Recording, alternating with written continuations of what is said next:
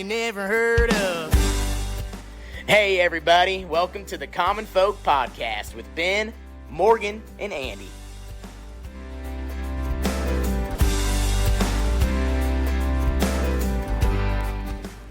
Welcome back to Common Folk. All right, our mics are back on. Yeah, there you go. Gotta shut you guys off every He now always and then. has to mute us because I guess I'm the talker. You don't listen. I mean, I tell you something, and you just don't listen. Well, that's pretty normal. Well, that's just selective hearing. Yeah, if I always exactly. listened to you, there'd be a problem. And you don't want to interrupt our stellar intro from Eric Burgett there either. No, So, that's right. true. I That's get true. it. So we already heard a voice. We got a guest on here this week. Who do we Yeah. got? Who do we got, Yeah, Andy? yeah. Kim Kavulak Very good. Very good. from the Ooh, Nebraska Brewing Company. And do you really have a title, or is it just like the queen of everything? You do it all. What should happen. Oh, I Okay. like All right, that. That's works. actually Yeah. my title. That's great. I do all the shit that nobody else does or nobody else can do or nobody else wants to do. Okay. But you Somebody's probably know gotta how do to it. do it all, though, too. Pretty much. Okay. I didn't know that, but that fits very well. Yeah. I have not brewed beer. And that may be it, or drive the forklift. And I could be forklift certified. Uh-huh. Oh, you have to be Just don't- certified? You do. And it's really easy. It would take half a day. Guess what? Don't want to. Well, like you said, the stuff that nobody else wants to do, like Yeah. brewing beer's probably the sexy part, right? Yeah. That's fun. And who doesn't want to drive forklift? I mean, Right. for me, I'd be mobbing around in that thing in the factory. So Right. then all the other crap, like, hey, Kim can do it. Yep. That's what happens. Yeah, the phone calls, the paperwork, All of it. telling somebody, hiring somebody. Yep. Yeah, yeah, Yeah, I don't think I'd want to drive the forklift, though. yeah. So, in honor of having Kim here, I actually swung by the brewery Yes. this week and picked up a case of beer, a little bit of this, a little bit of that, Oh, boy. and I got one of your new ones, and I haven't tried it yet. Okay. It's the pickle fight, Oh, I remember yeah. seeing that, yeah. but it's a spicy one. And, Ooh. and I haven't even had the spicy pickle fight yet. Paul told me it came off that day or earlier Yep. that day. Oh, it did. Came off the line. So this is fresh beer, but I'm kind of a puss. I don't like spicy. Andy You is are. a big puss. So maybe Ben can have this one and There you go. I can have a taste or something. Yeah. But I got all the favorites and I was told this was yours. It is. It is. It's the beer that I have been drinking for the better part of, how old? Let me think now. 25 years. Wait, So what that's is the, it? The This is the Hefeweizen? EOS Hefeweizen.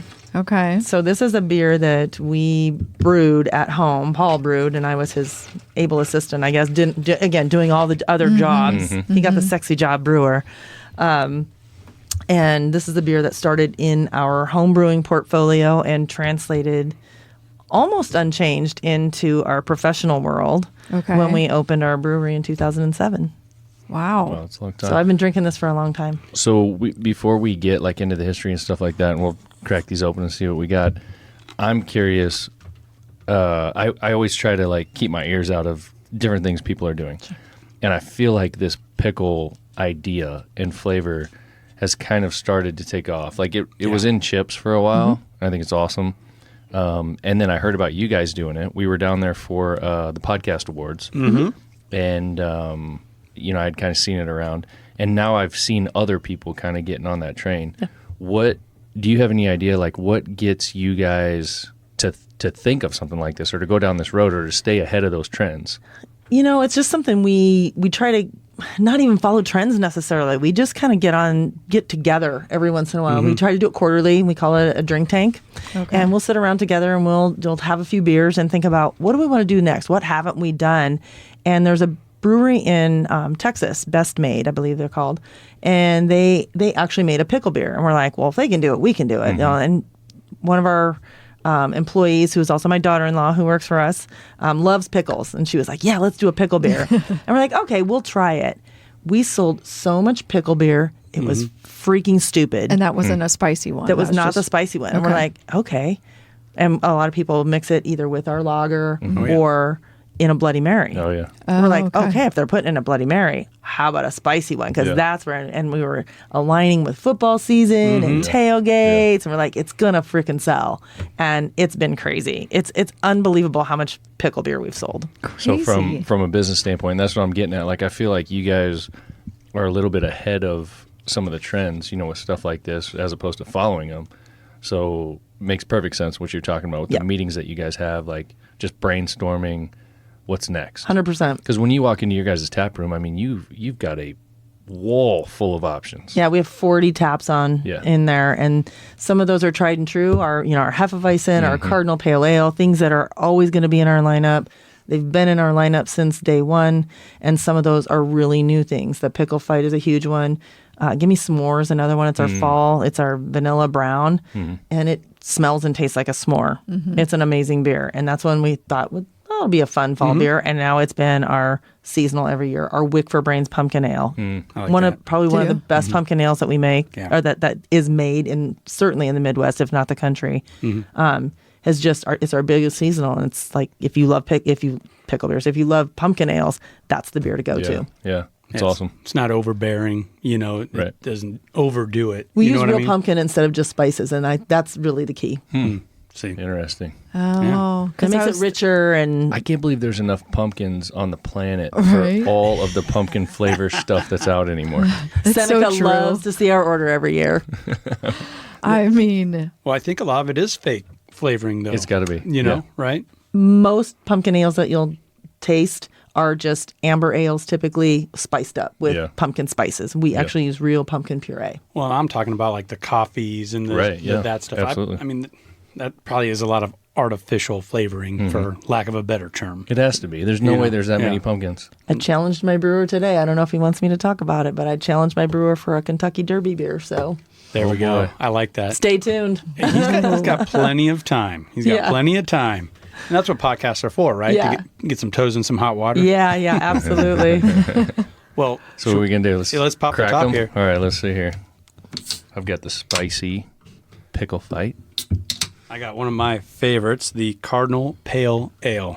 Oh, This is one of your guys's. Well, both of these are award-winning beers. Absolutely. Your EOS and the Cardinal. Yeah, and Cardinal is what we would call our flagship beer. It's we call it the beer that built a brewery. Okay. So oh, Man, so I just cracked it. I haven't even tried it. And I'm sitting on the table, and the aroma's coming from it. It immediately smells like a jar of pickles. you should have smelled our brewery on Monday when we that was canned on Monday. So that beer is 2 days in that can. Man. All right, let's give it a shot. you like pickle chips. You're a big pickle person. I do. But is that probably one that people are like, ooh, I only can just do one?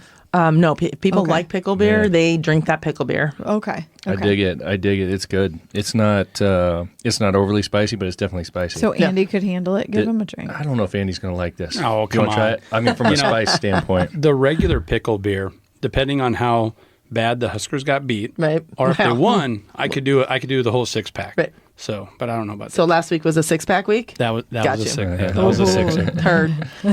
That would be. I can see how that would be awesome in a Bloody Mary. Ooh, that is good. I can do that.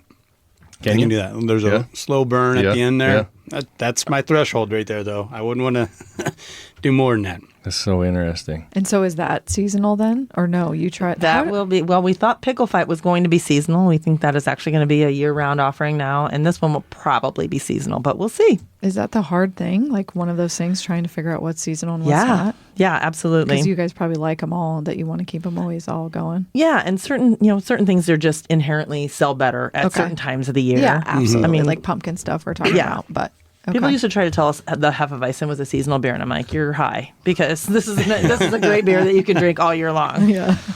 Ask the 25 pounds I gained after we opened the brewery. That would tell you. It's kind of like I've lost some of that. what would they be like? Like a lot of those ones they name like summer drinks, like wheat summer, Yeah. Like a brews summer and that. shandy. Summer Yes. shandy. Yeah, Yeah. and people they drink it all year round. Yeah, when you use those kind of names, you do kind of pigeonhole yourself. We have a great lemon shandy. It's called Squeeze the Day. It's the official beer of the Nebraska Marathon. But we don't call it a summer shandy because then you pigeonhole yourself into Right, that. makes But when sense. people come Definitely. in and they want something like that, we're like, hey, we've got this great lemon wheat beer. And they're like, that sounds great. Right. Yeah. Exactly. So where do you want to start, Andy? For me, I'm super curious about her background, how all this came about, and going through what it's turned into today. Right. But I don't know if you got any. Well, yeah, particular- we could start there. And when I first became aware of you guys was a number of years ago, where you guys had that restaurant/brewery down in Shadow Lake, Yeah. suburb of Omaha. But since that time, that's gone away. Now you got a tap room in a bigger brewery in La Vista, Nebraska. And the people I talk to, your son, Connor, they're like, oh, thank God we got rid of that restaurant. I'm like, man, I really like that place, though. I like the food. I like the ambiance. I liked it all. And it was actually one of my go-tos for Christmas. I would get everybody whatever garb you guys had out. Oh, nice. You know, the glasses, a fancy six-pack, a growler filled with the seasonal beer. Sure. And that's kind of how I took care of Christmas for 5 or 6 years. Nice. For everybody. So I was kind of sad to see it go. We can still help you with the merch. Okay. Well, all right. Well, and you can help them with the That's merch. right. Exactly. So I guess could we start there? Like you mentioned how you guys started in a basement and then it grew from there. Yeah, so we were IT professionals. My husband was a senior vice president of IT for a local company, West Corporation, and I had been an IT project manager and had stayed home with our kids for a while, and we just had homebrewed. So fast forward, we decided we could make this beer. We could do this for a living. We were younger then, and we figured, if not now, when? And so we put together a business plan with a friend of ours, and one day my husband said, if we don't do this 100%, then we probably, we won't make this work. And I said, yep. And he pulled out his phone and he quit his job. Oh, wow. So we had 0 jobs at that point. And so we went to work, and that was in 2006. We opened our doors in 2007, about 2 minutes before the recession. Oh. And, boy. Yes, it seemed like at the time, because you're in the middle of all that, and you're like flying the plane of the belly, like scraping the ground, trying to figure out how to make shit work. And that is exactly how I got my title, frankly. We had to reduce a lot of overhead, so I quickly figured out how to run a restaurant, which I had never done. And that restaurant became a labor of love for me. I loved that place and the people that worked with us and who helped us not only build the restaurant, but build the craft beer community in Omaha. Because when we opened in 2007, we were the 5th brewery in the entire state. There's somewhere near between 60 and 70, depending on who you ask. We were the 5th. So that became our platform. And that's why we opened the restaurant, because we didn't think there was a good market for being able to just beer package and sell the beer and make it work. We were like, we need a little more than that. And that's why we went into the restaurant side of it. And so that was your only place? That was the tap house? That was everything? That was the brewery? Yeah, that was everything was there. The layout was cool. I mean, have you guys been there? Oh, yeah, I don't for sure. remember it. Yeah. No, you do. You've definitely been there. Okay. It's so now it's a different restaurant now. I don't remember what they call pizzeria, it. I think. Yeah, pizza it's Cops place. Pizza. Yeah, Cops, He's a good kid. Yeah, so we've been down there for the pizza. Oh. But we were there plenty of times prior to when it was Nebraska Brewing. Oh, Yeah. yeah, that's Yeah. okay. And you guys did like those little pony cakes or the We bubble did. cakes? Yeah, God, so many things over the years. Yep, We have so many stories to tell. I always say this is going to make a great chapter in the book okay. someday. Yeah, going through that for sure. What? So you mentioned that you guys were home brewing and those kinds of things. Like what sparked that interest? Like where did that even come from? I think my husband, he got a homebrew kit for Christmas one year. I was just like, super simple, like the most common denominator brewing kit, and he really liked it. If you ever meet my husband, Paul, he doesn't do things in a small way. Everything is 0 or 1,000, and he of course went 1,000. So. That's funny because I remember buying him one, and we don't have a brewery. So. Yeah. Yeah, no, I mean Did That was something else forever at ago. 1,000 though. that was back in the day. It might have been the similar kind of thing. Yeah, I it was think they like- called it like Mr. Beer or Yep. something like that. Yeah. Yep. And we did a few things, and I was like, man, this is pretty cool. And but they were good, but I looked at because I'm always looking at different things, from an entrepreneurial mindset, and I'm like, geez, man, this would be a beast to take this on. Like it's fun, but I'm not taking this beast on. Yeah, most people think it's easier to just go buy a 6-pack than to like brew, Yeah. go through that whole Heck process to yeah. make their own. So, wow, good for your So husband. you guys started with something like that, playing around with it at home, yep. And then, like you said, just got the fire and was Yeah, like, man, just- we got to do this. just literally got bigger and bigger, and he just got disillusioned, I'll say, with his corporate career, and we got there. And Cardinal, I said earlier, was we call it the beer that built the brewery. So we were actually emulating Sierra Nevada Pale Ale, one of the best pale ales out there. Yeah, still solid. love it. And he couldn't get it, and he wasn't happy with it. And he came home from a bad day at work and threw all the hops he had in it and put the lid on and just walked away from it for 2 weeks. He's like, screw it, I'm done. And he came back 2 weeks later to clean up what he thought was going to be a disaster mess, and it was that beer. Oh, really? But then he's like, shit, what did I throw in there? Yeah. And so he takes meticulous notes, makes meticulous notes. So he had to go back to his notes, figure out what he'd already put in there, what he was missing from his hop inventory and then kind of backed into what became the recipe. Wow, I love that. Yeah, it's just like one of those happy accident stories that like, okay, that beer we could sell, this beer we can sell. And that's how we just built our business plan, which, as you probably know, goes out the window the minute you open a business. Sure. I mean, it's all good on paper, but those were the things that got us to where we opened the doors in 2007. And Paul, he strikes me as a guy that doesn't throw away those notes. He wants to be able to go back to them, right? His original beer log is actually in the trophy case in our brewery. That's awesome. I was going to say, like man, from I would frame that. 1992. That's pretty cool. That tells you how old we are. But there's the original notebook is still in the trophy case. That's Wow. pretty sweet. That's pretty sweet. Had you guys done anything as far as going out on your own prior to that, or was it all corporate work prior to that? It was all corporate work prior to that. I had never so much as waited at a table in my entire life, which I love now. Yeah. I would do in a second again. I miss the restaurant was a labor of love. I miss it Yeah. some days. Some Yeah. days. Some days more, some days less. Yeah. I Yeah. bet. Yeah. And it sounded like it wasn't like a terrible story. It was more of like we needed a different space or a bigger space. And plus, restaurants are what they are. A little bit of all of that. Yeah, Yeah. we needed more space. We decided as we were growing, and we can tell you, like, we were at our height of distribution. We were in 38 states, distribution, 5 countries, and we were selling everything in draft. So I was all kegs or hand bottled, our high end barrel aged stuff. And so we were like, okay, do we want to grow up and put on our big pants and can beer? And we're going to need a bigger facility. And beer's really our first love. And Omaha restaurants are hard, and people are fickle. And like it's been great to us, and it did what we wanted it to do. It got us the opportunity to get our beer into people's hands in grocery stores, in restaurants, in our walls. So we're like, this has run its course. Our first love is beer. Let's focus on that. And that's why we closed the restaurant in 2019, somehow fortuitously before COVID. And then, but we had already had this facility since 2014. Oh, so you had 2 So we had locations. 2 for those 5 years.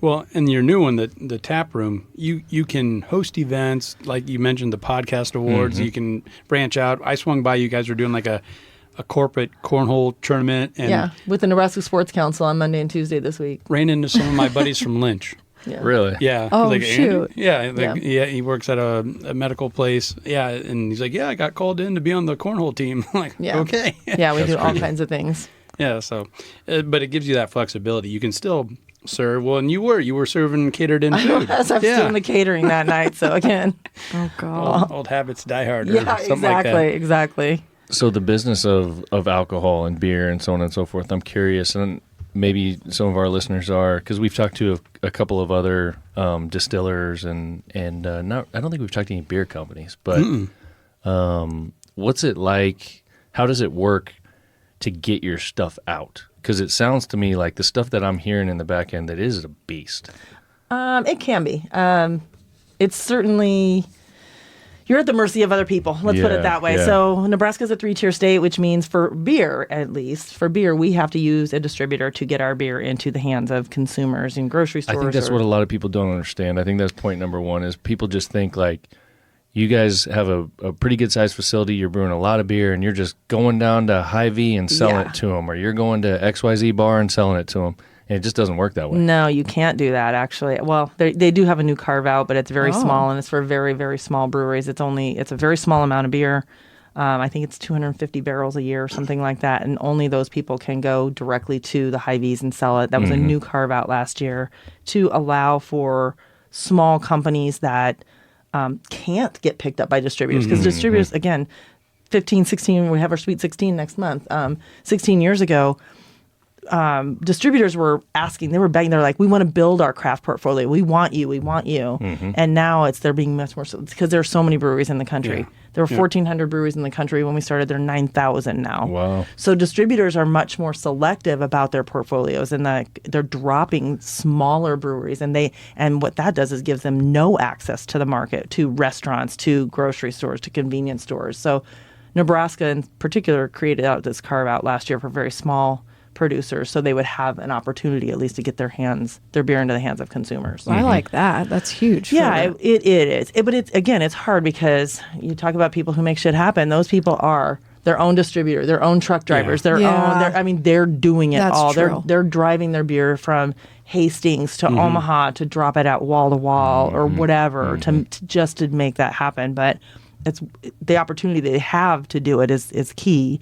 But then that gives them at least a springboard to potentially get to a bigger distributor at some point. Do you welcome that, or do you view that as like, well, you're bending the rules or making new rules for new guys? We didn't have that. Nah, we welcome that. I Okay. mean, our goal when we did this, and we were we were number 5, and we created the Great Nebraska Beer Fest in 2009, I think it was.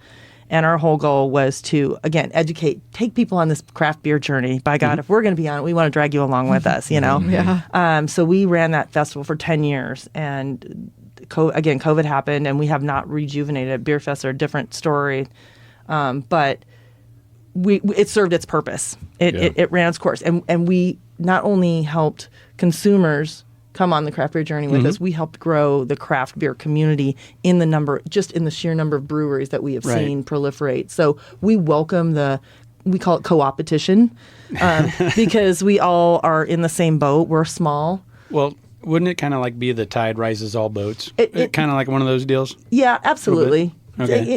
In theory, and it used to be that way much more in the craft beer world. There are some sassholes out there that make it harder for people. Sure. But for the most part, craft beer people are the people that want to help each other, and we want to see each other succeed. So we welcome all of that, all those opportunities for everybody to succeed. So before I met any of you guys, Paul, Connor, I thought you guys made it due to the fact I went on a canoeing trip out around down the Niobrara River. Everyone does it, go out to western Nebraska, the Valentine area, beautiful country.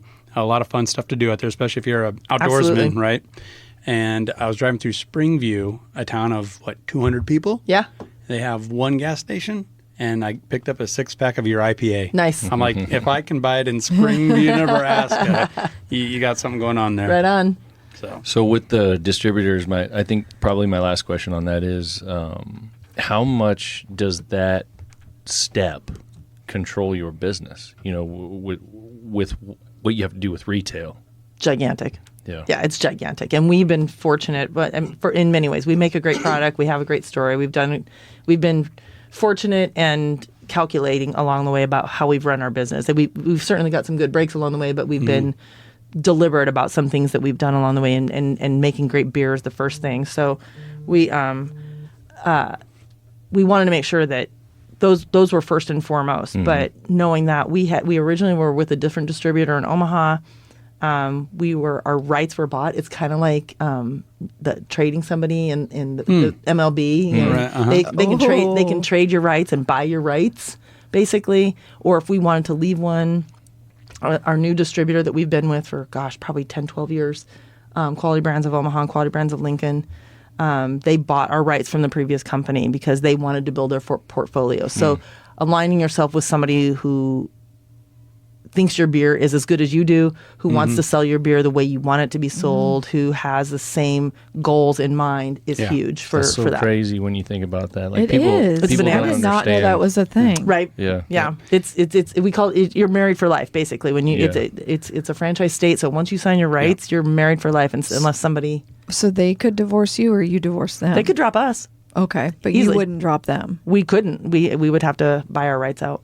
Oh my God. Or Okay. ask to be released. Yeah. And then they could choose to release us or not, basically. Yeah, and you kind of used a sports analogy there, and what that reminded me of is a lot of these high school coaches telling their kids, yeah, you might want to play for the University of Nebraska or for the University of Creighton, but if so-and-so is recruiting you and they want you, that staff wants you, go there. Right. You're going to want to go somewhere where they want you, Right. and it's Absolutely. the same Absolutely. deal there. You want to be with a distributor that believes in your brand, in Yep. your Absolutely. beer, So these steps and how all this works, is it just because I don't understand why it even exists? Is it just because of like old school liquor laws? Yeah, it goes back to early days of alcohol and tied Yeah. houses. That's what it goes back to, so that they couldn't have monopolies, So there's basically. some kind of But control over yeah, it. And absolutely. Yeah. And everyone's getting their taxes and their payments Oh, and yeah. all the things. Absolutely. Yeah. Yeah, it's wild. It's a wild business. I It mean, the is. more you hear about it, it's like, man, Well, and it's crazy. Like Iowa's is so much different than ours, right? Every And state, every Wisconsin's is state that different we than theirs. physically touch is a self-distribution state. That said, I mean, obviously, we pay percentage to our distributor to distribute our beer and get out in the market because that's the Nebraska law. If I was in a self-distribution state and I wanted to distribute my own beer, then I've got my own sales people. I have to have my own marketing department. I have to have my own trucks. Trucks, yeah. I have to have, all of these things that my distributor does provide for me. I mean, there's a huge value in what they can provide for us. Absolutely. Yep. And they handle, they run the trucks. They have their we have our salespeople as well, but they have salespeople that go out into accounts that we can't always get to. They have a great print shop and a marketing department where we're like, hey, we need these posters or these flyers. So there's huge value they bring to us in so many ways, and we appreciate that from that perspective. So you think about all these states that are self-distribution, but there's a lot that they have to take on then that we don't have to necessarily think about. Or they feel they should. Do they really help reaching beyond just the state borders? Only if they have distributorships outside of the state. So our particular distributor in Nebraska, who has a good portion of our rights, also has a distributorship in Colorado and Wyoming and South Dakota. Okay. So we work through them to distribute in those states. Interesting. Yeah, because everyone talks about those Wisconsin beers and how you can't get them, and it used to be the same with Colorado. You couldn't get Coors Light. Back in the day. Because you couldn't cross state lines with it. So I would think a distributor could really help. Absolutely. With getting your product into other areas. And in states where our distributor here doesn't have rights, then we work with, Wisconsin, we have a distributor there. So we truck the beer to that distributor and then they get out to the retailers. And so in those instances, we just have agreements with distributors in those states where. Well, and so, and that's another part of it that a hidden benefit maybe, where we work with a sports drink on the sports broadcasting. And that was the first thing they did was they set up with the distributor here in Omaha before they even tried to go talk to Hy-Vee or gas stations, stuff like that. Because those, again, there's it seems like it leans a lot in the favor of the distributor, and depending on what day you look at it, maybe. But there's also a lot of added value that they bring to somebody of our size that I don't have to deal with all trucks and delivery people and all those kinds of things. That's part of the value that they bring for us. Interesting. Yeah.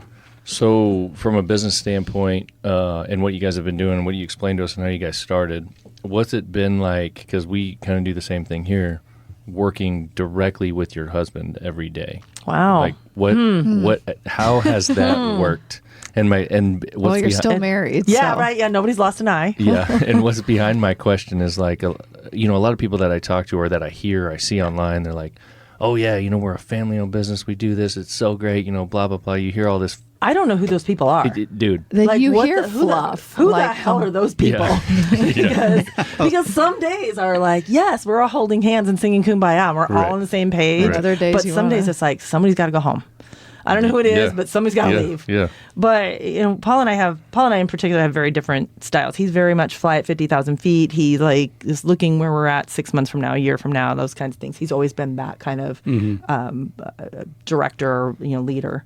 I'm going to be the boots on the ground. I got this. Here's how I'm going to do it. I don't care what your paper said, but here's how I'm going to do it. And I'm going to do it more efficiently, and I'm probably going to make it happen faster. So we have very different styles. So that helps, I think, because we're not like battling for the same kind of control, if you will. Yeah. Our kids have come up in the business. They were 10, 12, and 14 when we started. So they literally have grown up watching us struggle on some days.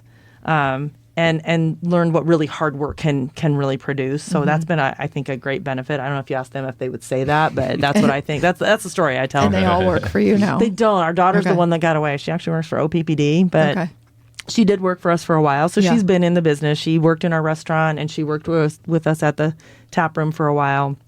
And Connor does all our social media marketing, some sales, just kind of our ambassador, if you will.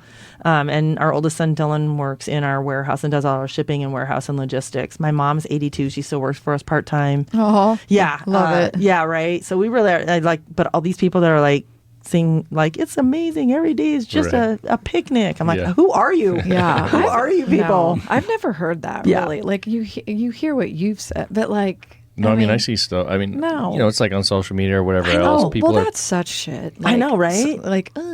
well, we're all still on it and look at it every day. well, no, But I know, Right. but I'm It's- just saying, yeah. people are always like, I want to see their it's all- books when their books come out because that's going to tell the Yeah, real they're shit. always doing that. They're like, oh, we're just in La La Land. It's so great. I get to be around my spouse every single day, and At we're just best. so happy, and everything's great. It's not the case. I know, Paul. I love you. When you listen to this, he wants to carpool every day. I'm like, no, can we not carpool? I know we're leaving the same house and going to the same place and coming back, but like I just need like 30 minutes a day where Yeah. I don't have to listen to somebody. I Yeah. can listen to a podcast or listen to nothing or Right. Yeah. whatever. White knuckle drive home in the rain last night was terrible, but yeah, it's it's some days it's good, some days it's For sure. more challenging. I feel like probably when you guys had 2 locations, that was probably helpful too. Like I feel like with us, like he'll do a lot of computer work, admin stuff at home. Yeah.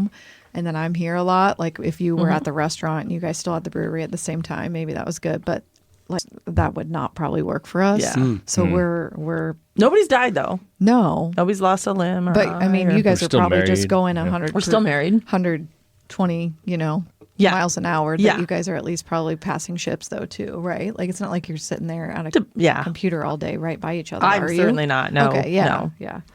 No. So Yeah. How's it been, with your 2 sons? That can't always be a walk in the park. And one of my references, we would always go to Canada every June, and we watched this family run business, this outfit that would always go to. The sons started taking over a lot of the day-to-day stuff and the guiding. And every year we went back, this kid, went from 19 to 20 to 21. He got grumpier and grumpier and shorter. And he was taking on more responsibility. And you could kind of just, where it used to be the old man, now he's up on the deck having a nice little mimosa in the morning. And he's down here, getting our boat slaving ready. away. Yeah, getting our boat ready. And you just every year he got a little bit grumpier. It's like, man, I bet he's taking on more responsibility, probably not getting paid as much as an actual employee. How do you guys go about balancing that? Well, first of all, we do encourage them to balance what they do at work versus and there's a lot and we probably do expect more of them than maybe the average employee. I need you here on Saturday to run this pickleball tournament or whatever. But we also try to tell them to do what they need to do. And there was probably a time when in the middle when they were like, this sucks because my 24-year-old friends are out having fun and I got to be here. But they've kind of grown into it over time and balanced things out. So. Okay. I'm sure they realize there's a lot of flexibility though too. They do right? have a lot of flexibility. Yeah. And they realize that they were probably, along with their sister, this is going to be theirs someday. And that was the whole thought in Paul's mind when he created this, is he wanted this to be a legacy. My first question was what if they don't want it? What if they don't want this place? But I think ultimately that's the goal, is that this will be theirs and we will sit back and I think. I don't know. Maybe. No, on you're some going to be level. your mom. What are you I talking know. I about? probably will. I don't know what I would do if I just sat at home every day. I don't think I could do it. But Yeah. I hear you. I could vacation once or twice a year more than I do. But Yeah. that's beside the point. That's him. I always say he's going to die working. Yeah, we probably will. I don't see any reason not to. So, should we talk about the 50 mile? Yeah, man, let's take a quick break and then we'll jump right. into that. That's something very interesting. I'm excited to hear about. So, All right. Let's do it. Right on. this episode is brought to you by a company near and dear to our hearts, Farm Focused. FarmFocused.com, FOCUSED. It's the #1 provider of branded merchandise for the top brands in agriculture. Folks like Millennial Farmer, Welker Farms, Larson Farms, Calf Vet, so many more. Again, check it out, FarmFocused.com. Being Farm Focused is a way of life. It's a brand you can be proud to be part of. Thanks for listening. All right, welcome back. We're still here with Kim from Nebraska Brewing. How's it going? I'm still hanging in. This is fun. Hanging in, all right. What else you got over there in that cooler, Andy? We got to reload, don't we? Yeah, let's get some. Ben, I saw you drinking that spicy. I really thought Yeah. it would come out red. Oh, I didn't look at the color. No, it's not red. It's not. I don't, you know what I mean? When you think, I just thought it would be kind of like more clamato, Like- tomatoey. No, it's the spices that go in it that give it the Okay. heat. No, Yeah. yeah, that's maybe sounds. I got the original. Oh, and do you want to stay pickle I kn- consistent? I noticed this. I'll drink the original pickle Uh-huh. if you want to shift gears a little Yeah. bit. but you guys put a lot of thought into your artwork. We do. And when I bring it up to Connor, he's like, no one ever notices. I'm like, well, I do. There's We've just talked about it. We've talked about it a few I times. thought, and you might be getting into this, but when I was looking at this one, I thought it might have been modeled after Connor. there's a handlebar mustache. Please don't ever tell him that. But Can we edit that out? the opponent, that's what I noticed. Check that. Look at that little detail that you can appreciate. Geez, I didn't even notice that. That's awesome. We have an amazing graphic arts team in Omaha. Turnpost has done all of our labels since the beginning of time. So this is like a third-party graphic designer. They are. Awesome. We contracted them in the very beginning. They have literally designed every label for us. They have kept us on track with branding, and we go to them and we say, we want a really fun label, and they brought us back Pickle Fight. That's when great. we had our Wick for Brains pumpkin ale. Oh, They I brought love us that one. I know. Yeah. Well, here's the story. They brought us this, like, the first draft was like this jolly pumpkin. We're like, no, we want it to fucking scare kids. And they came back with this one, and it's just like this scary pumpkin. We're like, that's what we wanted. So that's what I was thinking. Do you come to them with any ideas, or they just, because that's got to be hard. Yeah. Like when we, are designing shirts or whatever, like our graphic. I mean, some direction is a little bit helpful. For sure. And Do you? we sit with them Okay. and we say, here's what we're thinking. Here's what we're Okay. behind. We did a huge redesign of the Ailstorm label for the Storm Chasers this year. Okay. We did. It had been here we had it for 10 years. And we're like, okay, it needs a facelift. Yeah. And we did a whole new redesign this year. We met with the Storm Chasers, Marty Cordero and his crew, our Turnpost group, and we all just kind of got on board, and we did a redesign. It was all their jerseys. It was their 3 main jerseys. Wow. And in a 6-pack, there were 2 cans with 3 different jerseys. Their home whites, their powder blues and grays, and then the number on the jersey. The story on the side of the can is told what that number means. It was the year that can was designed, and any pertinent facts like that year that helped us pick that jersey. It's awesome. Oh, I like that. So it's kind of cool. It's Yeah. kind of fun to do those things. So we do put thought into it and just kind of give it a little personality. Yeah. Well, so we did our sports betting podcast with those cans with the jerseys, and a lot of those numbers you're highlighting some like all-stars, guys that went on to the next level, Absolutely. and World Series winners. And one of our listeners watched one of our YouTube shorts and like, where'd you get that 6-pack? That's my guy. That's Eric Hauser. He's like, I gotta have that. So the next time I was out there, I picked up a 6-pack for him. Yeah, nice. And people yeah. relate to especially sports stuff like that. So yeah. Sure. Eric Hosmer was the guy. Yep. So you got me the Cardinal. I'm gonna tap into So this. good. And that design has gotten you some notoriety across the border. Haven't the Cardinals actually got a hold of you guys? We did get a The cease and baseball desist. team. We got a cease and desist from them. Oh, And really? They might have. No, they weren't. They might have. I don't think they were our first one. They might have been our first one. But yeah, so we ended up doing a no royalty agreement with them. We can't have a professional baseball team, and they will not produce a beer using that said logo. So I thought think you we're were going to safe. maybe say that they would sell it there. But Yeah, dang it. we'd love we may get back into St. Louis soon, but yeah, and we had to change the font. So if you ever look at the font on it, we got to keep the C, but we had to change the ARDINAL because it was too my close to the gosh. font that they had. And we actually used the font that we used. My husband's grandparents had a bar in Omaha, in South Omaha, years ago called the Cardinal Bar. Oh. That's what the beer is actually named Nice. after. And we actually took the font off of the sign that they had outside of their bar. So first of all, I can see why this is one of your flagships God, I love that beer. because it's awesome.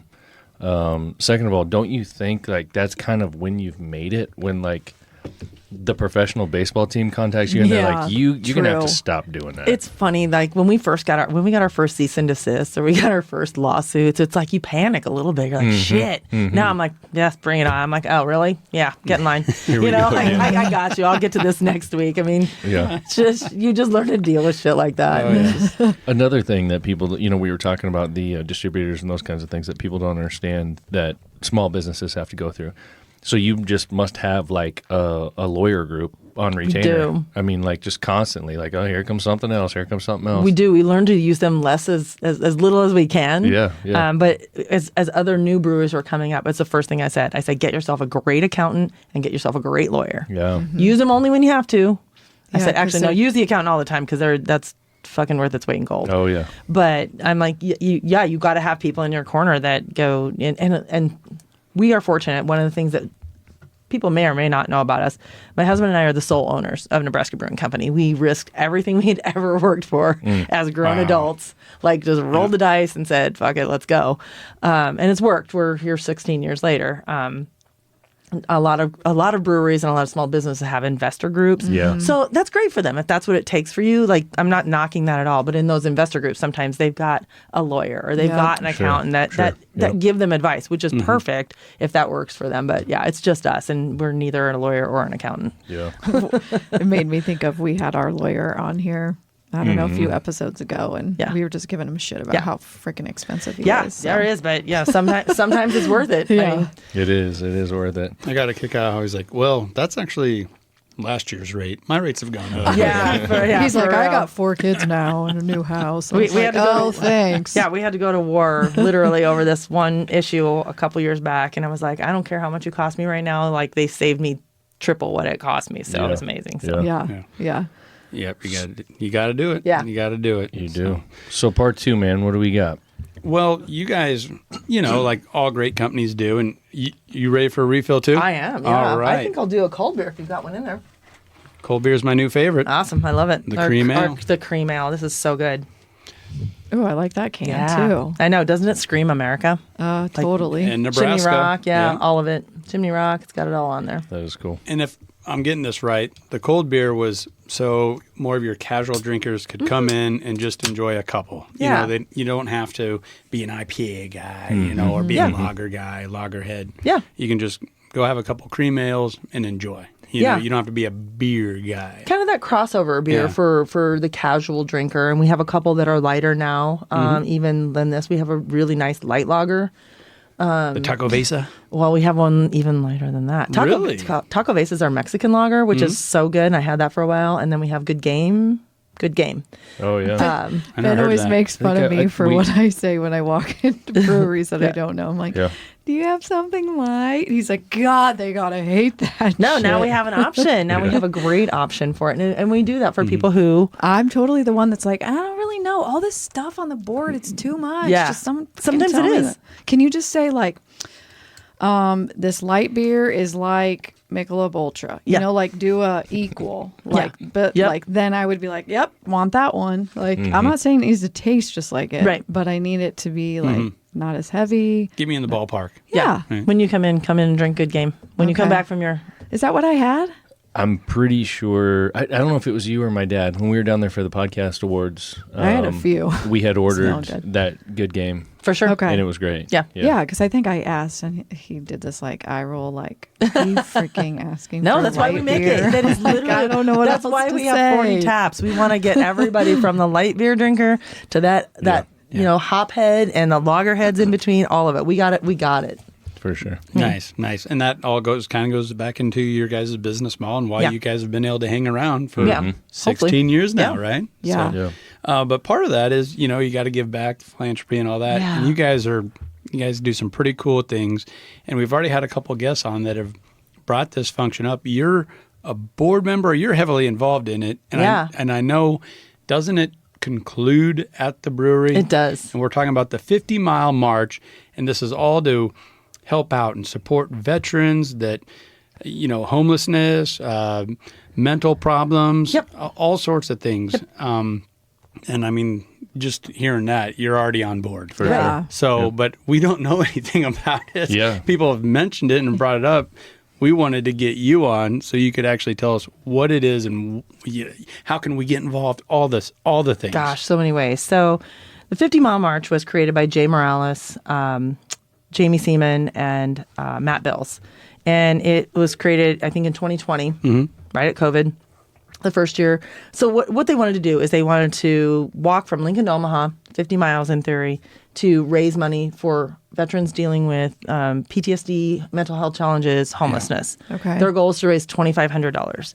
That first year, they raised $25,000. Wow. So they were like, sweet, we're onto something. Jamie Seaman at the time was Mrs. Nebraska. She wore her crown the entire way and her sash. And so she brought a great level of heightened awareness. She turned some heads. Yeah. She's a fantastic person. I'm sure she's but beautiful. Her platform, I mean, just the platform she had as Mrs. Nebraska brought a lot of attention to to the cause. And that was the first year. So they said, let's do this again. So Jay Morales, who's one of the founders, I got introduced to him by a gal named Taylor Olam, who is Guitars for Vets.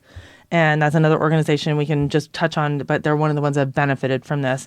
And she connected us because she said, I know these people, and they would be great for this. She had posted something. I'm going to tell the story really quick because she had posted something. She was struggling with some mental health challenges one night. She openly tells the story on Facebook. My husband saw her post and reached out to her and said, if you need somebody to talk to, I got you. So my husband's a Marine. Yeah, he's a veteran. So that's He's a where vet. we're He's a we're veteran bringing in the himself. tie. Yep. And he just made that connection with her. And so she brought Jay Morales to our table. And Jay said, here's what we're doing. And he was 2 minutes into his pitch. And I'm like, we're in. Yeah. I'm in. Yeah. What do you need? We don't. Yeah. Tell don't us. Like, I'm sold. What do you need? And God, and Paul, your husband, is so humble about all that. And it took He would, me. we tell that story occasionally. Yeah. I almost cried a little bit. Oh, Because no. he's not the guy. He's not. Yeah. If you know him, again, if you know him, he's not a super touchy feely, like I'm going to reach out and hug you and hold hands kind of guy. But he saw somebody struggling that he had only been introduced to and said, I got you. And this made this connection that I believe happens for a reason, and it brought Jay to our table with this event, with this cause. And we said, yep, we're in. Well, and the pull tap for the Cardinal beer. Yep. It's the Marine Bulldog. It is, because he was the guest of honor for the Marine Corps birthday one year, and that was what they gave him. So the tap handle for Cardinal beer in the tap house is the Marine Corps Bulldog. And it took me forever to put that together because I'd go in there and I'd look for the Cardinal. They all have their brands on. I'll tell you what, Marines, but they'll come in and they'll say, I'll take the Semper Fi. They call it says Semper Fi on the handle, and they'll say, I'll take you. I'm like, oh, you're a Marine or you're a Marine family. You know it instantly. Because they don't care what it is, they're going to drink it. Yeah. Yep. And once a Marine, always a Marine. Yep. That's the way it is. So this all got started just a couple years ago. In 2020 was the first year. And it's already grown to, you guys just concluded the last one, right? In 2023, yeah. So in 2020, they raised $25,000. In 2021, we had 40 walkers, give or take. We raised $140,000. Wow. That's a lot. Yeah. In 2022, there were about 60 walkers. We raised $234,000. So in those first 3 years, 100% of that money was divvied up. It went out to local organizations that were directly helping veterans dealing with PTSD, mental health challenges, homelessness. It's Moving Veterans Forward is one of the huge organizations that they literally help vets get off the streets, get into apartments, get furniture, get all of these things to get them off the streets and transition them into housing at some point. So this year is 2023 is the first year. We had 83 walkers, I think, this year, 86, so every something year like you're that. growing We've by 20 grown. walkers. Oh, We've cool. grown. I think, and if Jay listens to this at some point, I think 100 is supposed to be our max. That's what we'll go for next year. I looked today at the website. It says we've raised $310,000. That is organic donations from people sponsoring walkers or just donating money. I was just thinking, okay, so then where's the money come in? Are you just sponsoring a walker? You're sponsoring a walker. You can sponsor me for $10, or you give me $100, or somebody gives me $500 as a walker. So we are responsible as walkers. We commit to raise a certain dollar amount every year. So there's a buy-in from people. This isn't just like, hey, I'm going to sign up and walk 50 miles and do this because I want to check the box or I want to do this. I mean, there's a commitment level that we look for in people who want to complete this. And there's something and it's not just the dollars, but it's the buy-in for understanding what this goes to for veterans. So that's a big deal. Is there teams? Do people You can do this? teams, but still if you have a team of 20, everybody on that team is responsible for raising the same amount of individual money. It's $2,500 per walker. That's what we ask people raise. Okay. $2,500 through sponsorships or through individual donations from friends, family, strangers. Who cares? Okay. I just didn't know if each individual actually completes the 50 or if some people tap out, No. tagging. You mean like teams, like market to market or something? No, you walk 50 miles. Okay. It is not a relay. It is not a tag out. You walk 50 miles. Okay. So I got my 150 mile medal this year because I walked 3 times. So I have completed 150 miles with this. Yeah, It's the first year was rough, but I learned a little bit. In fact, I just actually last 2 weeks ago, I lost one toenail, so that wasn't bad. There you go. That's not too bad. Not too bad. So what's the path? Like, where do they go from, without getting too detailed, but I mean. Yeah, it's basically up Highway 6. So we leave Lincoln and we come across Cornhusker Highway, and then it's up basically Highway 6 all up through Ashland. Before we get to Ashland, it comes through, where's Baker's Candies? I know what you're talking about. I mean, I'm familiar with that whole highway, but I can't. It goes past up Waverly and then back up there and through Ashland, and then we come back out onto Highway 6 in Gretna, come all the way up to Highway 370 and down 370. Down 370. Okay. Yep. And end up at your place. At Nebraska Brewing, yep. And then everyone just gets beers and is exhausted. Yeah. I mean, it's pretty emotional. So it's like when this last march up this hill, and I've had to tell people this for 3 years because it's something. Because there's a hill at the bottom of 108th and Giles, and it looks like a mofo. And I'm like, but you're at the end now. This is so cool. And I'm like, wait till you crest this hill and you see people. There were probably 600 people there waiting for us this year, just lining the streets with signs and cheering. And it's so cool to see after you've walked for 22 hours. Yeah, representative of 22 people, 22 veterans a day committing suicide. So that's timed out to be 22 hours. There's a reason that we do that. And so you get to the top of that hill and your friends and your family and people you don't even know are there just cheering you on. It's really cool. And all of this is to support local veterans dealing with all these causes. Wow. Awesome. I love that. Yeah.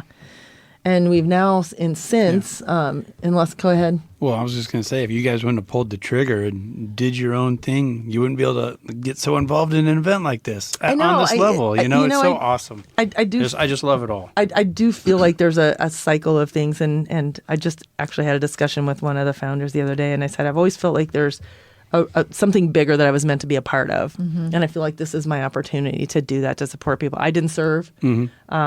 My husband did. I have lots of family and lots of friends who all have. Yeah. And I don't know that maybe I do know people who have dealt with this on some level. Sure. Not to the level that some of these veterans are dealing with some of this stuff. But this is our chance to really take back. And our goal now is to build a community for veterans to be able to transition over, we believe, about an 18-month period. It'll cost us about $3.5 million to build the facility, but it'll have 22 tiny homes where veterans will come into the community, learn job skills, learn life skills, transition through there, and then transition into full-time housing on their own, and hopefully come back and support the community, the village, at some point. So that's our next goal. Wow. I love that a lot. Makes me think of something I was thinking about when you were talking earlier, because it's so common, so these guys and ladies are out doing their thing in the military, and then they come back and it's like, now what? Right. And that's where things start coming off the rails. Right. What, for you guys personally and your experience with your husband, what kept him from doing that? I think he served at a different time. He didn't serve in wartime. There are a lot of things that people see that they don't know how to handle when they come home. They don't know how to handle. They don't know how to transition back to their family. I've even seen people who didn't necessarily serve in wartime, but they've spent a lot of time away from their families, and they don't know how to transition back into family life. Yeah. Honestly, I'm going to say it was me. I was his key. No, I'm kidding. Yeah. I actually didn't know him when he served in the military. I was going to say, I'm sure you're probably a huge part, though. My husband was an Arabic linguist, actually, and a lot of people don't know that. He was an Arabic linguist in the Marine Corps, which was at a time when it was right before the Gulf War, and I really thought he would go back. I actually kind of encouraged him because I was like, this is what you trained to do. Go do it. But I think people with a good support system, and that doesn't even always work, the veterans that come back that deal with mental health challenges, 50% of them don't seek any mental health assistance at all. Yeah. And that's where things get sideways, I think, a lot of times. So this community and what we're trying to do with the local organizations that we sponsor, try to help teach them, give them different opportunities. Guitars for Vets, for example, is an organization that uses music. It's a 10-week program. They get guitar lessons, and they learn a song, and they get a whole guitar and a support pack. And at the end of it, they do a concert. But it gives them an opportunity to use music to deal with what their issues are. So there are several options that we try to work through to provide opportunities for them. Yeah, and I think having, almost like that challenge and that mission, is what so many folks need, not just veterans, but so many folks need that. You need something that you're working towards. Absolutely. And that's kind of what you guys got involved in, and it's probably one of the reasons why you've thrived so much with it. We support this. We support we're very veteran focused. We deal with Toys for Tots is another one that we support. So it's just anybody that we can focus on, that we can help in our local communities. That's our big hope. Mm-hmm. And those Toys for Tots, they're on it. I saw the boxes were out. There you go. You got to get it there sooner than later. Car show is next weekend, so okay. On the 14th. So all right, write that big down. car show. So something I think I missed early on, just to kind of recap that, is you guys, and then who are the other folks that you had mentioned that are a huge part of this? The founders, or I guess maybe that was the case. Yeah. The three founders of the 50 Mile March are Jay Morales, Jamie Seaman, and Matt Bills. We have a board now. Actually, we are an official 501c3. We have a board and an executive director. We have a board of 7 people, which are very diverse backgrounds, which is super cool because I'm learning so much from so many different people that come from so many different aspects of corporate worlds, some military background. We're coming together for one cause, right. And that's this organization. What was the motivation and the background with those founders? To help veterans. Yeah. It's Jay Morales, and Jay is a really dynamic person. If you ever want to have him on, I can connect you guys. He's a really dynamic person, and I think at his core, he was actually divorced and homeless at one time. He'll talk about the fact that he slept on people's couches. He slept in his car for a while, and for him, the opportunity to provide a basis for veterans to have some self-worth, to know that they are important, to know that they mean something to somebody, and give them a chance. This is his goal. And awesome. You made a fantastic point about it helps all people having a mission, having something that they're striving for, and sometimes that gets lost to how easy everything is nowadays. I also think it's just fantastic that you got somebody that's been through it, that understands it.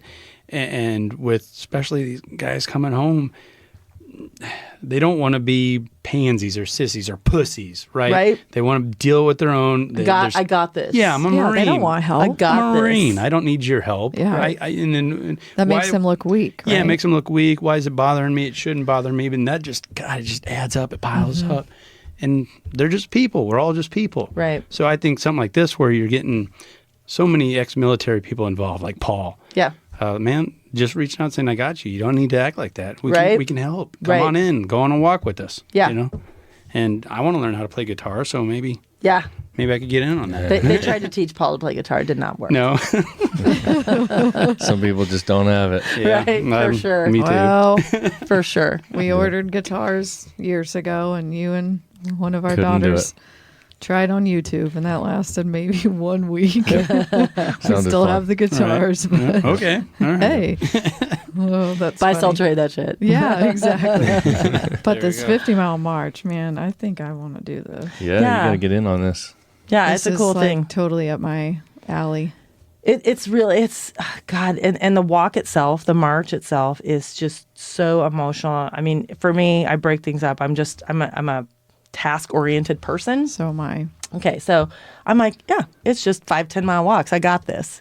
The first year, my feet were fucking destroyed. Yeah. Just destroyed. Second year, I learned. I knew how to take care of my feet. And oh my God, my first year, how much can we talk about? I did not eat or drink, so I was severely dehydrated. Oh my gosh, did you not have a backpack or anything? Well, I did, but okay, like you're like, it's 50 miles. Yeah, like, you're like, what, it's not like what that if I have big to of go a to the deal. bathroom somewhere? I mean, as a girl, there are a bunch of dudes. They'll just go on the side of the road, but there are disproportionately more guys than girls. But that's changing too. So I learned how to take care of my foot care. The first year, I was severely dehydrated and severely undernourished. Like your brain can't function Right. when it doesn't have carbs. Guess what? We need carbs to make your brain function.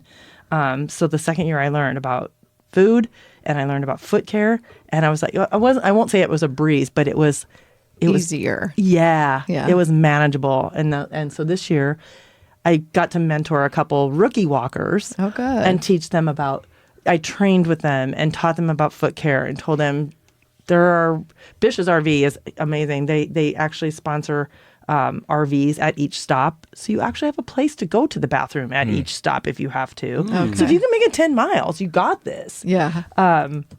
So I got to mentor some rookie walkers this year, and I felt really good about that, which I'll do again. And I'm hoping to be a squad leader for a whole squad this year on the march. So to share my knowledge and so do cool. that. Yeah, it's just like I feel like I'm just easing into something that really means something to me because I'm helping somebody only because I want to help them. There's nothing I get out of this other than somebody else is hopefully at some point going to have a bed to sleep in, or a counseling appointment, or one of the organizations we supported is for dogs. Why can't I think of Like the word? rescue? Not rescue dogs. For Hunting dogs? No. just Service dogs. Service dogs. There thank we you. go. For service dogs. Thank you. Warhawk. Okay. They provide service dogs for PTSD. Like somebody gets a service dog. That's huge. Like this is like somebody else can have something in their life that makes their life better. I just love that. I don't know. There's something about me that's like, oh, can I do? You know, like I told you, that's why I'm not drinking, guys. I know. I like beer. For those that are listening, but I'm doing this huge. Well, it's not 50 miles. It's 24 miles in the Grand Canyon, and it's no a lot. joke. You know, That's no 13 joke. miles down, 7 across, 4 or 5 up. Like, I mean, backpack. Yeah. You know, That's no joke. 30, 40 pounds. So 30. So, anyways, that's We happening might soon. have to send her. Yeah, right? So I'm like, this is totally like, I know do you're it. talking about feet and haven't done 50, but you know, All right. then hiking and Yeah. Well, and you got some just fantastic people. You already mentioned some of the founders and everybody, but we really caught wind of it having Michael Severe on. Oh, yeah. Yes. Michael's amazing. He's a he great is dude. so good. I love you him. want to talk about a promoter. Yeah. And I don't need. He's so passionate. Yes, and he does this thing where he's not promoting himself. Yeah. You know what I mean? He's promoting the march. But Yeah. when he's doing that, you know, I follow him on Twitter and whatever else.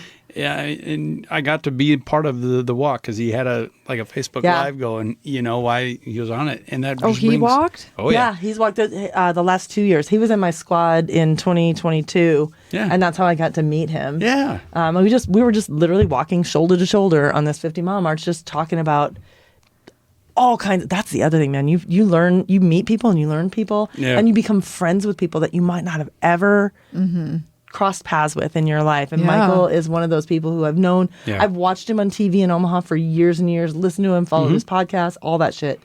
But I got to meet him and walk shoulder to shoulder with him and call Cadence. He'll laugh about that, hopefully. And it was just so much fun. And you just learn stuff about people at 3 a.m. when you're like, I bet. you know, 16 hours without sleep at this point or whatever. Yeah. And it's fun. And you guys are all like-minded. It's for the cause. Right. It's nothing more than that. Right. And it's a 50-mile march, man. It's a little taxing. Well, Like you're talking about your feet. You're quick to learn the people who maybe underestimated why they were there. And there are some of those. Do you have people bow out? We did. We lost, I think, 4 or 5 people this year. Because of injury, or they just couldn't make it? But a little bit of both. Okay. Yeah, I wondered. Feet. Man, feet. People don't take care of their feet. Yeah. Yeah.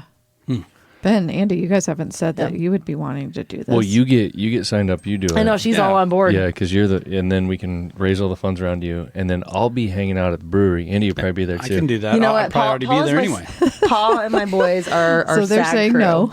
yeah, I saw that. Paul and my boys are the SAG crew. That's what they say. So they do handle all the stuff at the landing, which is awesome because we do land at Nebraska Brewing Company. But 2 years ago, it was my birthday, and they showed up at Baker's Candy and with donuts. And at midnight, and you're 20 miles in, you're like, fuck yeah, this is exactly what I needed. Yeah. I need me some. Can I have 2 Krispy Kremes, please? There you go. Yeah. So, well, and I could be an RV guy. I could drive an RV. See, there you go. You know, so I mean, there's some ways that we could support. Jay's wife Becky has been in charge of the support crew. They're amazing. I could talk about this for several hours, but I know we only have so much time. But the support crew that lets the walkers, the marchers do what we do is also amazing. Yeah, Ben, I could see you doing that since you're like EMT, you know, all that. We could load up the truck and have all the medical goods and follow people around. Right on. Be fun. I could have donuts and beer, and I'd be set. Yeah, I can do that. All right. Well, we got it figured out. There we go. It's great, man. Boom. It's a cool. I feel like, and I had never heard about this for whatever reason. We're growing, and so again, it started on this really quiet trajectory, like 6 marchers, and we want to raise $2,500, and then it was like, okay, now we got 40 people, and now, I mean, it's kind of like a groundswell. We're just getting started. But what's crazy is like some of those numbers you're talking about and what you guys have been raising, like that's nothing to shake a stick at. That's a big deal. And these numbers are literally just literally ground level. Yeah. Just people donating money. Right. We have several corporate sponsors that Sure. are not even included. Like this Yeah. $310,000 doesn't include some of our major corporate sponsors that I bet. are loading Man. it. So yeah, it is. It's awesome, and it goes to show you that people are willing to give to veterans when 100%. they know that it can make a difference. Yep. Yeah. Yep. I love it. It's cool. I'm glad we're getting it out there and helping people. We appreciate it. Yeah, for sure. So how could people like help Or find since find it. since and all this that, just happened? Can you still? Absolutely. So they can go to Donate? the 50 Mile March webpage, so 50milemarchfoundation.org. Okay. And there's a donate button right there. Perfect. There is a button in there if you want to apply to be a walker next year. Okay. So I'm gonna have to do that. The deadline is coming up for Oh, shoot. for that. So go in and do it to be a walker, and you have to there's some criteria you have to complete to do that. Okay. But yeah, you can donate, you can volunteer. For next year's march. I think we'd get our silent majority, all of our common folk, to get rally behind Morgan. 100%. I love it. I think we can do this. Okay. I'm looking at it right now. She's like, shit, now I'm on the hook. No, I like all about it, but what I want to know what questions I have to say yes or no to. No So kidding. it's I got you. I'll mentor you. I'll train you. It's 50milemarch.org, and it's 50 with numbers 50. March.org. And then for sure. And I like the idea that like people have to apply to be a walker and that have to really be committed. And we talk about that word a lot. It's commitment. Yeah. It's not Yeah. just like, oh, I want to do this, because a lot of it's people not a want casual thing, right. And a Yeah. lot of people want to do something. They'll be like, Sure. yeah, I want to Yep. do that. I can't tell you the number of people said, yeah, I want to do that. Sure. But are you committed to do it? And that's my a big word for gosh, us. yes. It's committed. Yeah. You're gonna. We ask you to raise a certain dollar amount. We ask you to participate in a pre-qualifying walk. We ask you to attend a couple of meetings that are informational for your own purposes. We ask a little bit of you because we want to know that you are committed to the cause and to what we're trying to do. Well, Very I cool. commit Morgan. Thank you. And I commit to hang out at the brewery and wait for you to show up. I can do that. Yeah. All of it Does is your necessary. husband walk? He does not. So I jumped on this so quick, and he's like, "This is you. This is all you." Yeah. So he is with the rest of our team, who is invaluable to me, because I'm a task oriented person. I'm that person that wants to be there controlling how things finish at the end, and I just let the whole thing go, and they are on it. And when we get there, everything's amazing. So That's he's huge. he's my support crew. That's awesome. Good stuff. Cool. Well, Kim, we definitely appreciate you coming. Thank you for having me. 100%. Every one of our guests, we like to give a gift. So this is your gift right here from some folks that we work with over at Handlebend.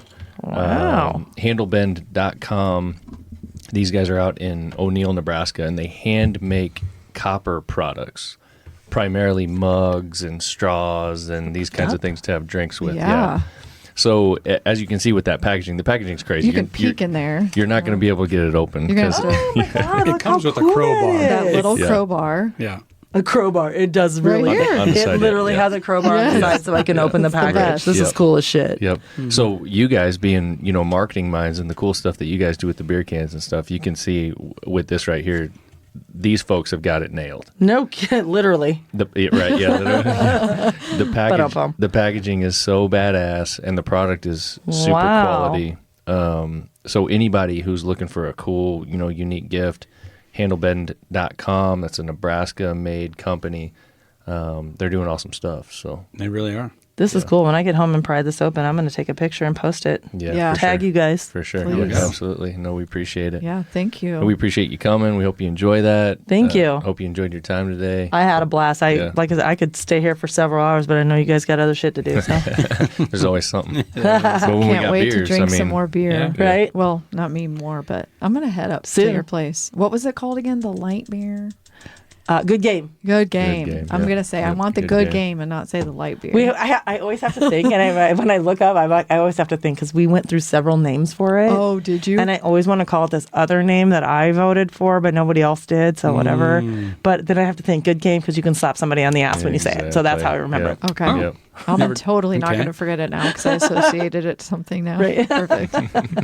You slap someone on the ass, and you get slapped in the face. Well, it's the only time you can slap somebody on the ass is when you say good game. You get all right, I'm on it. You get a pass. It's authorized. That's Anything awesome. else, man?